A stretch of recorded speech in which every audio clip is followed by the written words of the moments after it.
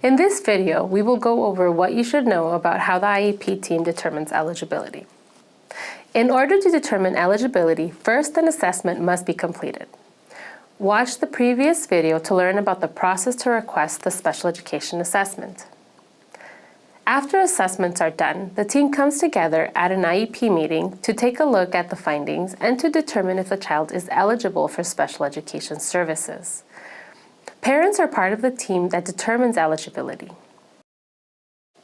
It would be helpful if you make a written request for a copy of the assessment report prior to your initial IEP meeting, so that you have a chance to review the findings and determine if you agree or prepare some questions to ask at the meeting.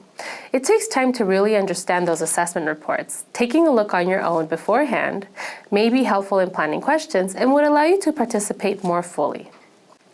The Individuals with Disabilities Education Act, or IDEA, describes a child with a disability as a child who has a disability and, because of the disability, requires special education services. Not all children with a diagnosed disability need special education. These services are provided free when a child cannot succeed in school without them. In other words, the child requires services. What happens if you agree with the school that your child is eligible for special education? If it's determined that the child's impairment adversely affects their educational performance and requires special education, an individualized education plan, or IEP, is developed. In California, there are 13 categories of eligibility for special education. You can find the list on the resources page for the course. It is the IEP team members that determine which category is the primary eligibility for the child. There is an eligibility form for each one of the categories.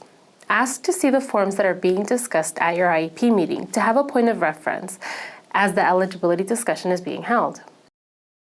You are an equal participant at all IEP meetings, and as such, you have the right to ask questions and be a part of the discussion.